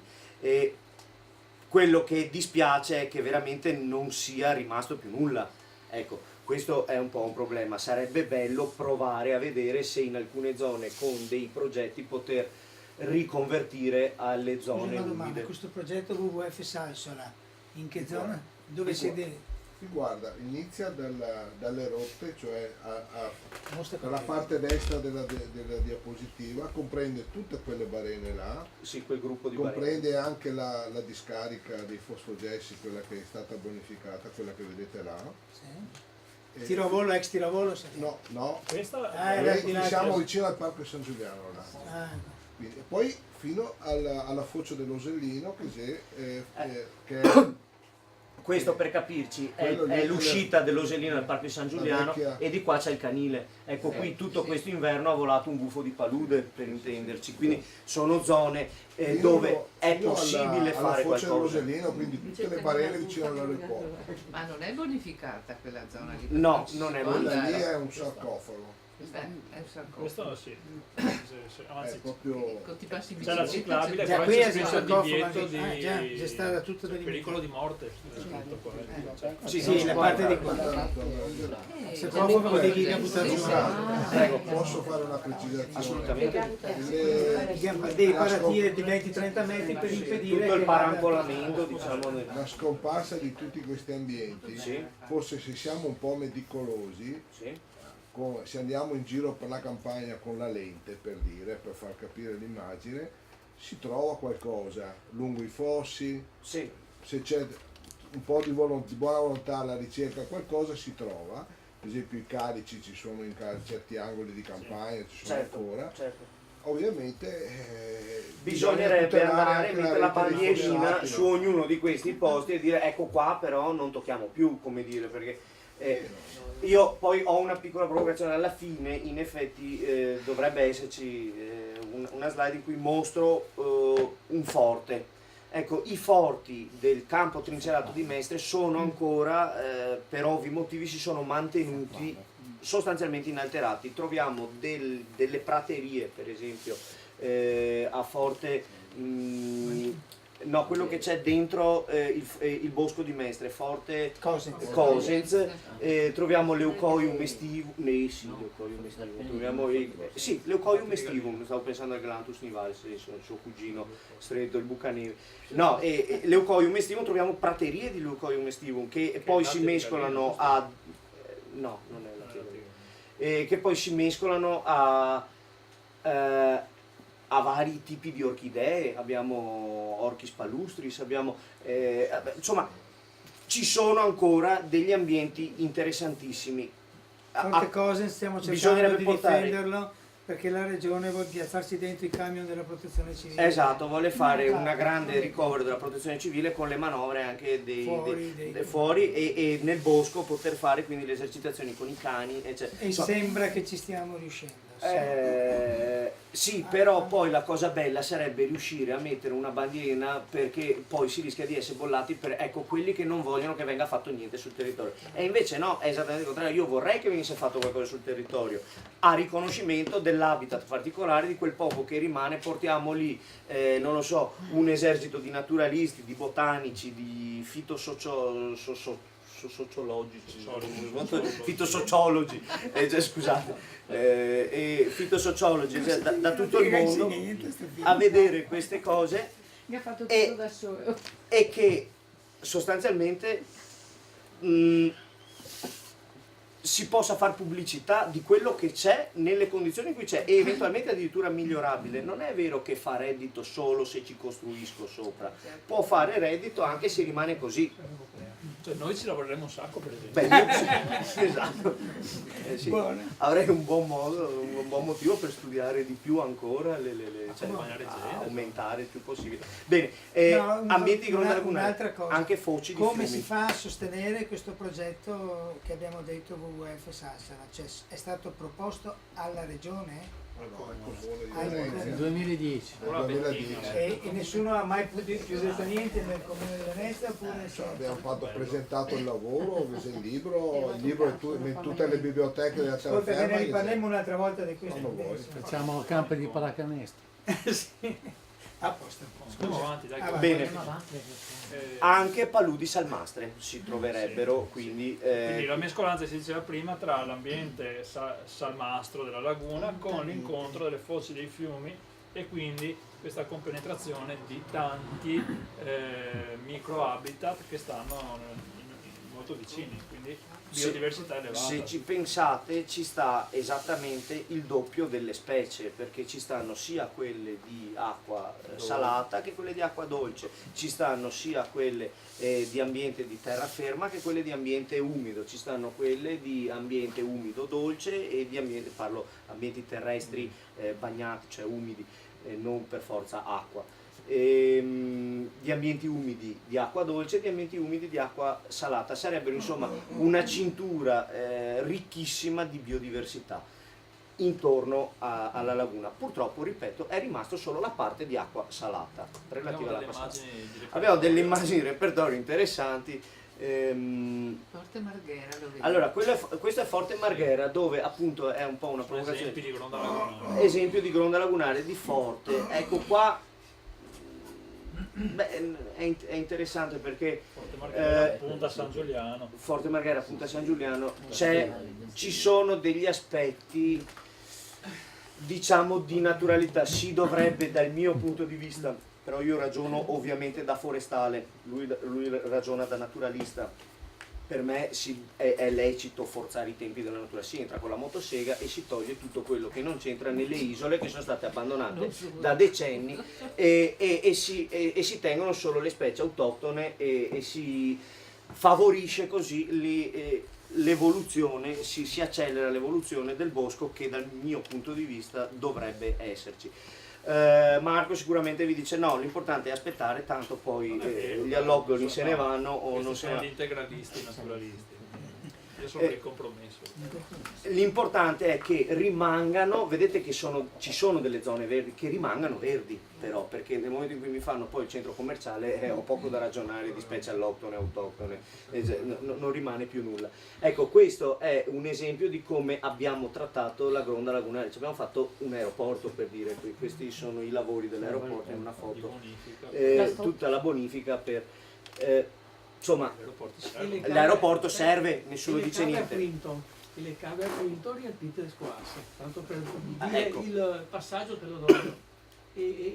Abbiamo creato delle cave a Quinto, Esatto. e poi le avremmo riempite di immondizia. Quindi sostanzialmente se volessimo davvero fare qualcosa di importante potrebbe essere interessante cercare, chiedere, provare, pensare anche con la fantasia di in parte rinaturalizzare, ripristinare un minimo di naturalità, ecco, nell'ambiente di gronda lagunare. È quello. Terraferma, gli habitat terrestri, anche qui le cose non sono così semplici, non è proprio pianura, terraferma e c'è una tipologia di habitat, di vegetazione, ma passiamo dai prati, diciamo, polifiti stabili come questo, che contengono, quella è un'orchidea, Orchis palustris, e ce ne sono ancora di questi prati nella nostra terraferma, fino ad arrivare al bosco. Vi ricordate quello che si diceva prima, il bosco di Mestre diventerà così. Per il momento c'è solo questo ettaro del bosco di Carpenedo, il boschetto di Carpenedo, con le querce storiche vecchie di 100 anni, con il terreno maturo, forestale, il suolo molto nutriente, molto stabile. Ecco. Per il momento per questo tipo di habitat qualcosa si è fatto, si diceva appunto l'impianto del bosco di Mestre. I boschi grofili, beh, quelli esattamente come non c'erano in gronda lagunare non ci sono poi anche nelle zone più interne, cioè i frassineti, ma anche banalmente i boschetti che seguono le rive dei fiumi, quindi la cosiddetta vegetazione ripariale, i salici, gli ontani, i pioppi, sono tutte tipologie di vegetazione che abbiamo eliminato. Abbiamo eliminato perché scomode, sostanzialmente sono scomode in primis per la navigazione, sono scomode perché è un problema anche di gestione poi degli argini, no? Noi vogliamo arginature che ci proteggano dalle alluvioni. Beh, per fare questo devono rimanere necessariamente percorribili, pulite, mantenute in efficienza dal genio e quindi la vegetazione che naturalmente ci dovrebbe stare sopra deve scomparire. In origine in realtà però i fiumi non sono fatti proprio così, non è che hanno proprio quegli argini belli come fatti dall'uomo, ma sono zone che si alzano, si abbassano, zone che si allargano in delle tazze, delle vasche di espansione naturale dove si formano zone umide, e richiede spazio. Una rinaturalizzazione del genere chiederebbe degli spazi che probabilmente ormai nella nostra pianura non ci sono più. Significherebbe dover allontanare i centri abitati dal fiume per garantire ai fiumi di riprendersi i loro spazi e quindi che si potessero ricostituire naturalmente gli habitat che ci vanno lungo le aste fluviali. Ecco, lo trovo utopico un po' pensare di riavere degli importanti boschi igrofili qui nel nostro comune. Certo, il cosiddetto vecchio querco carpineto, beh no, quello sì, anzi è stato fatto molto, è stato in effetti reintrodotto come habitat. Altri habitat sono quelli di, non so, i potamogeti o le tife, i tifeti, esatto, i cannetti. Che troviamo si sviluppano bene, come dicevamo prima, negli ambienti di cava, nelle acque dolci interne, lungo le anse dei fiumi, come per esempio lungo il Sile in zona Quarto d'Altino, sì, Ansa di Sant'Antonio. Nel nostro comune obiettivamente. Nel nostro comune è stato fatto qualcosa al Bosco di Mestre. Bello sarebbe recuperare il Marzene. Tolto il cemento dalle rive originali delle sistemazioni idrauliche dei campi lì dove è stato costruito, è stato piantato il Bosco di Mestre, hanno allargato delle anse, hanno aperto delle zone, hanno fatto degli esperimenti che tra l'altro sto seguendo con molto interesse. Io vado periodicamente a vedere se hanno attecchito quali piante sono veramente, eccoli qua. Queste sistemazioni qua sono state fatte sostanzialmente, ecco, così si presentava un fiume naturalmente nel nostro territorio. Dove siamo qui? Qui siamo al Bosco di Mestre, e qua erano tutti canali cementificati, canali veri e propri, come vedete sono stati quasi verticali. Sono state spianate le sponde, tolto il cemento, sono state aperte delle anse per rallentare la corrente, per permettere anche in caso di espansione. Beh, l'acqua qua dalla parte ovviamente dove c'è il vialetto qui no, è più alto, non potrà mai, però dall'altra parte è stata abbassata la sponda, tendenzialmente potrebbe esserci un'ingressione di acqua. Sì, posso segnalare una cosa? Assolutamente sì. Noi abbiamo un problema perché quest'anno scade la direttiva acque e sì, tutte le acque devono essere a livello di buono. Tutti quei fiumi lì hanno praticamente i residui dell'agricoltura. Allora la regione Emilia-Romagna ha emanato, siccome c'è una direttiva europea, una legge regionale che crea tutte le zone tampone di 50 metri, sì, dove non si può più coltivare nulla. Allora siccome questo ha abbassato il reddito, attualmente l'Università di Piacenza sta studiando una rinaturalizzazione per queste zone anche con finalità di reddito rispetto a un bosco coltivato. Sì, quindi legna, insomma, No, con anche degli spazi che potrebbero essere per il tempo libero, la natura. Okay, cioè bisogna fare un progetto di tutto il fiume. Però questo l'ha esteso a tutta la regione. Allora non potremmo fare anche noi una battaglia perché questa cosa venga recepita. Perché qual è lo stato dei fiumi nel Veneto? Disastroso.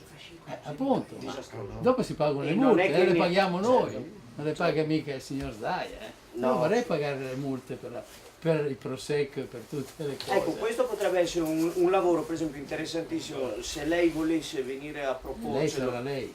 Lei, cioè tu, ok. Se volessi venire a proporcelo a una riunione magari di Amico Albero, possiamo pensarci insieme, proviamo a scrivere prima una lettera magari. Io conosco anche, che era un mio studente, un dottorato all'Università di Piacenza che sta studiando questa cosa con i tedeschi.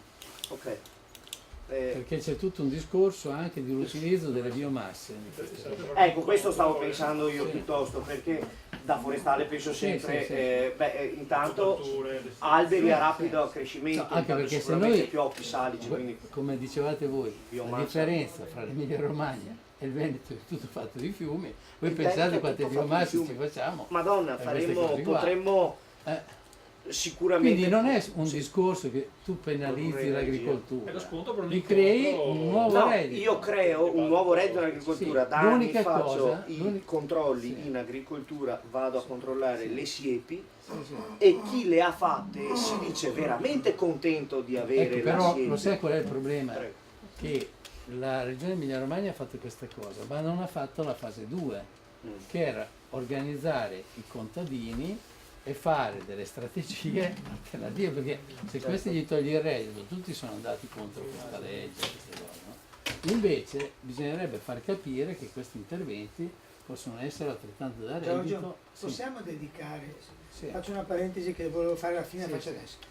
Il secondo martedì Ma del non ho mese noi facciamo sempre qui, Mercoledì. il secondo mercoledì, chiedo scusa, del mese, facciamo la riunione del Amico Albero, quella di tipo Mhm.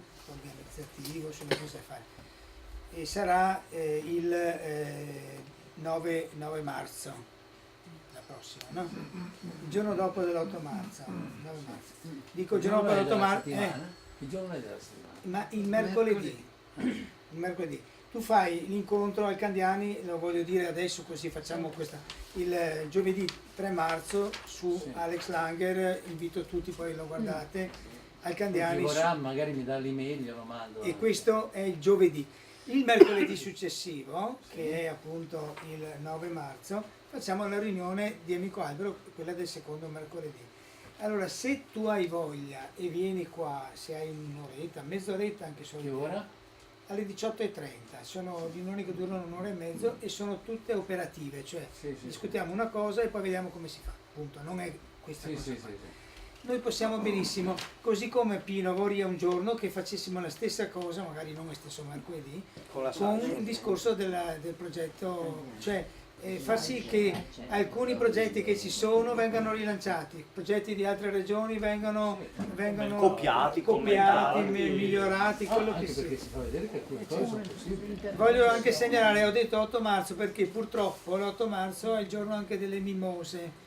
In via Cappuccina ci sono 2 alberi di mimose che vengono saccheggiati tutti gli anni.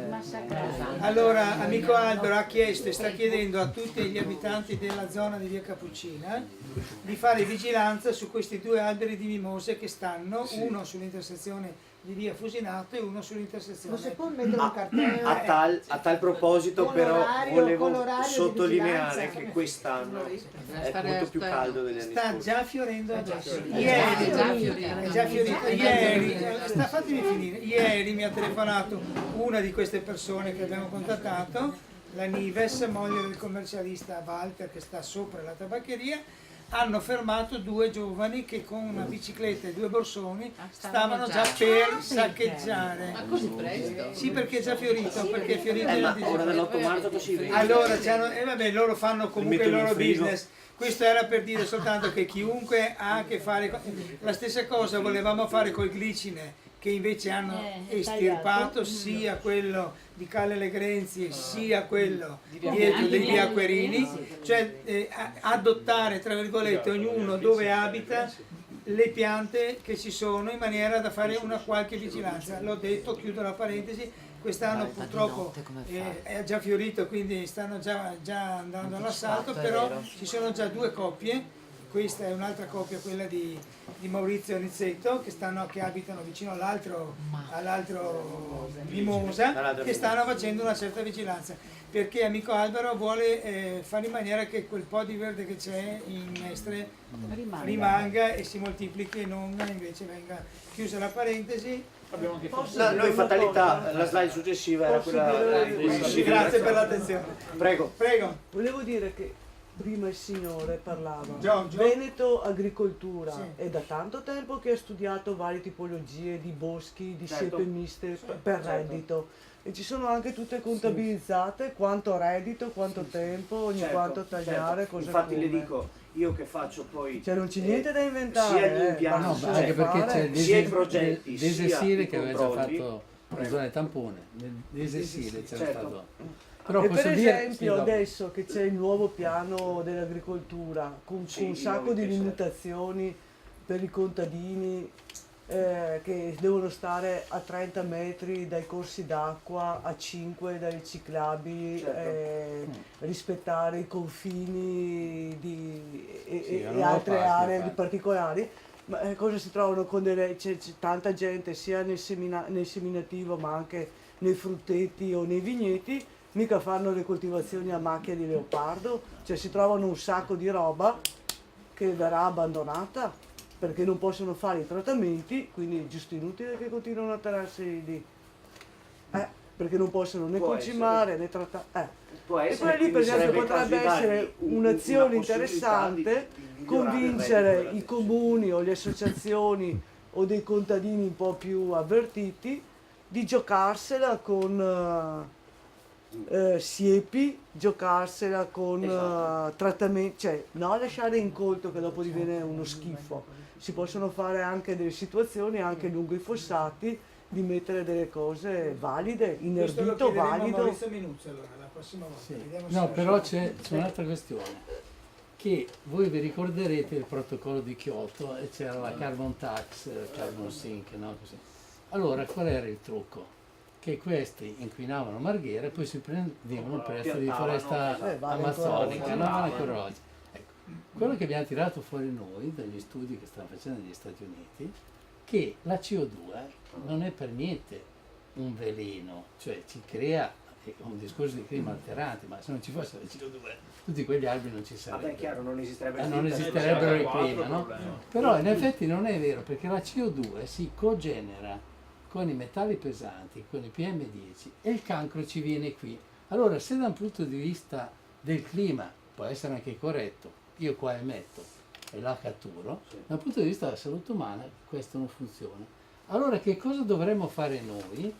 Mettere nella testa della gente quest'idea che bisogna fare le alberature a livello urbano perché c'è un problema di salute. Siccome qui coincide con anche il discorso della maggiore concentrazione di inquinanti, hai capito? Questi che sforiamo tutti gli anni, e la pianura padana fa capo alle prime 5 regioni geografiche al mondo per questi fenomeni. Ma infatti, io la regalerei tutto Bossi, io sono per la secessione, sono per il regalo totale, io sono per la secessione perché è la regione che ha più nitrati, ha appunto un clima pessimo, no?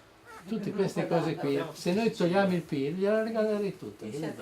Allora questa cosa diventa estremamente interessante perché questa è una battaglia che io ho fatto anche con la Coldiretti, con un'operazione che si chiama agricoltura premiata, perché chi ha detto che ad esempio solo gli alberi dell'Amazzonia catturano la CO2? No, ma catturano anche gli ulivi perché viene catturata nella fase di crescita delle cose. No? Quindi se tu fai questi tagli, allora la cosa interessante è che questi hanno accettato, adesso la stanno facendo con gli alberi, però qual è la condizione? Che per fare il minimo devono essere bio. No, perché se no la CO2 è inutile che io la faccia con gli alberi di olivo se questi però utilizzano i pesticidi che sono fatti, capito? Che emettono CO2. A dire la verità, infatti questa poi, ringraziando per l'attenzione, finisce la nostra brevissima presentazione, così in realtà è più una scusa per fare una chiacchierata tra tutti noi. Sullo stato di salute del nostro comune, dell'ambiente del nostro comune. E l'ultima provocazione che volevo portare era questa proprio, diciamo che quest'anno abbiamo sforato con le polveri sottili, non so di quanti giorni, di quante volte i limiti, e in realtà l'unica risposta che è arrivata, noi ci siamo costituiti quella volta parte civile, abbiamo perso perché ci hanno detto non potevamo neanche fare ricorso, abbiamo chiesto che non venisse costruita una strada, che è la Vallenari bis, che deve tagliare la città.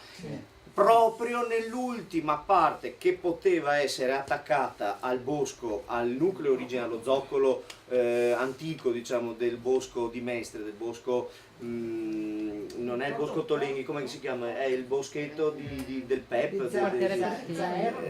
No, è il bosco Pertini, del rione Pertini, esatto. Ecco, da lì naturalmente si poteva proseguire per quella zona invece che fare una strada e questa cosa significa l'edificabilità a destra e a sinistra della strada. Si poteva benissimo fare un ponte, perché l'idea di Amico Albero è sempre stata quella, almeno la mia, ma penso sia condivisa da tutti, che i ponti uniscono sempre due posti piuttosto che dividere. È bene fare un ponte.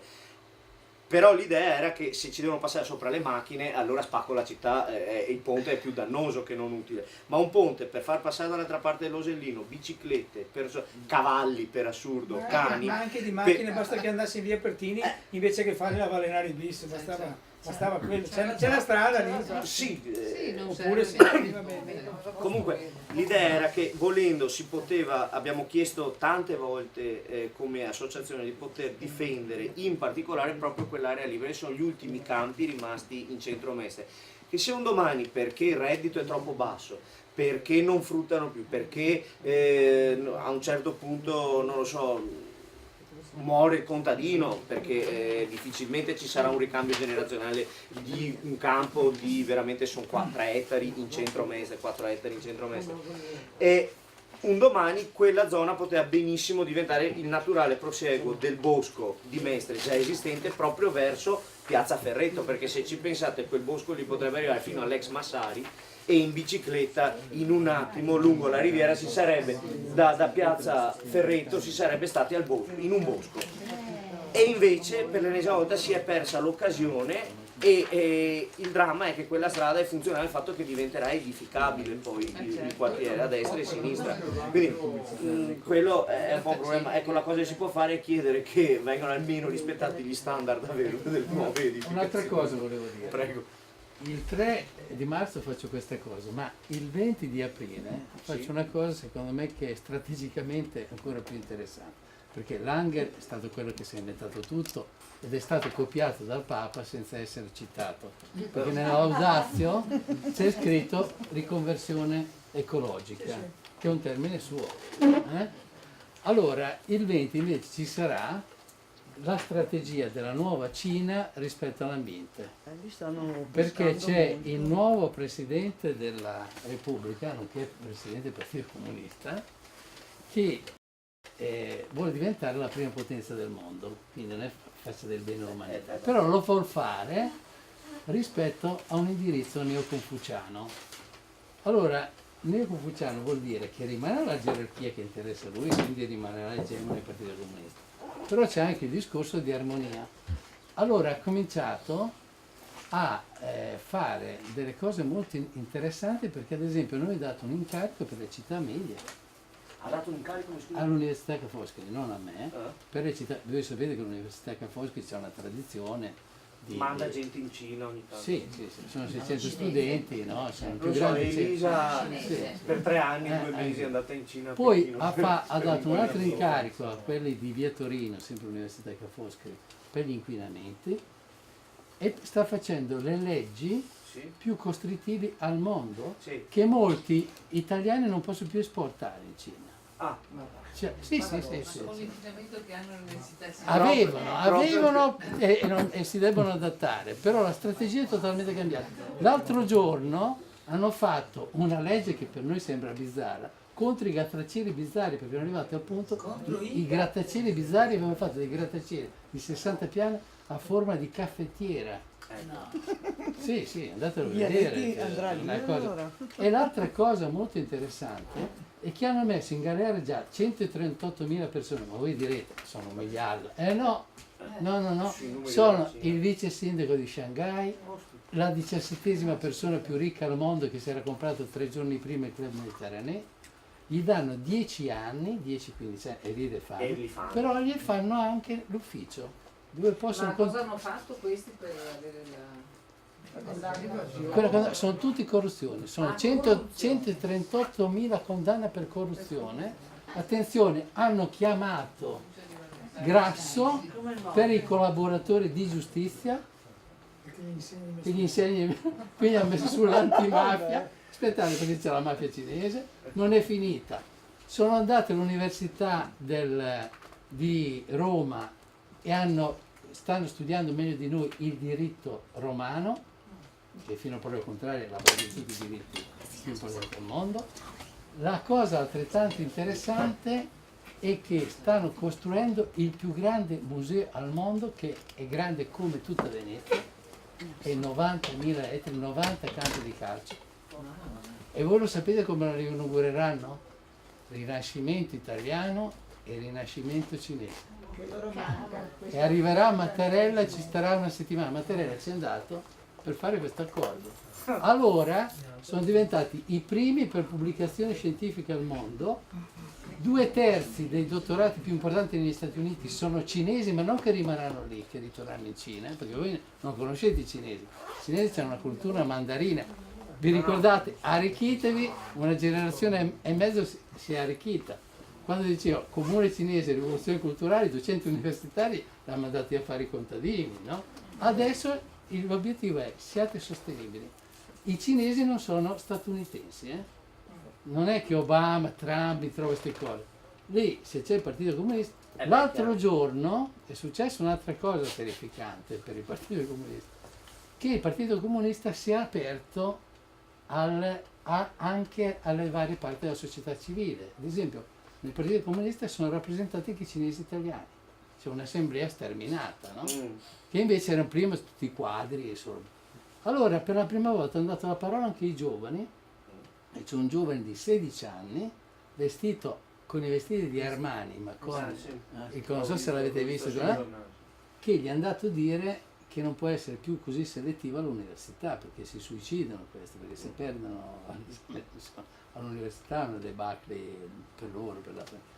E per la prima volta questa cosa è stata resa pubblica, perché è una cosa così, ci sono dei dissidenti, ma non era mai filtrata, e quindi noi dovremmo fare, non voglio difendere i cinesi perché dopo ci sono delle altrettante nefandezze sui diritti umani, però ad esempio stanno facendo sul fotovoltaico, in una botta sola, hanno fatto l'equivalente nel deserto del Gobi di tutto l'equivalente della Francia. Adesso ne inauguro un'altra fatta nel giro di 7-8 mesi. L'equivalente della Francia? Di tutto il fotovoltaico della Francia. Ne inauguro un altro che è l'equivalente di tutto il fotovoltaico della Germania. Non so se è chiaro. Beh, voi vi chiamate amici alberi, i cinesi ne stanno piantando un numero fuori da ogni grazia di Dio. No, allora bisogna che noi prendiamo molto seriamente questa cosa, anche con le comunità, la comunità più forte da queste parti è la comunità Confucio di Padova, perché lì hanno grandi interessi, no? Per fare da filtro che cosa loro fanno, ma anche convincere la comunità cinese ad aiutarci, perché loro hanno questa idea che poi i cinesi devono essere i portatori della sostenibilità nel mondo. Beh, bene, E chissà. internet l'avranno aprirà? Internet no, perché in tutto questo rimane una censura. Voi potete fare tutto, ma non potete parlare male del Partito Comunista. Lì rimane. C'è lo yin e lo yang, loro per loro il giorno notte uguale. Capito? Allora faranno dei grandi. Allora siamo pronti per fare il viaggio in Cina. È tutto qui. Allora chi vuole 4 va. Quindi la prima volta andremo al Bosco di Mestre, poi gita sociale in Cina. No, Valle Averto e poi Cina.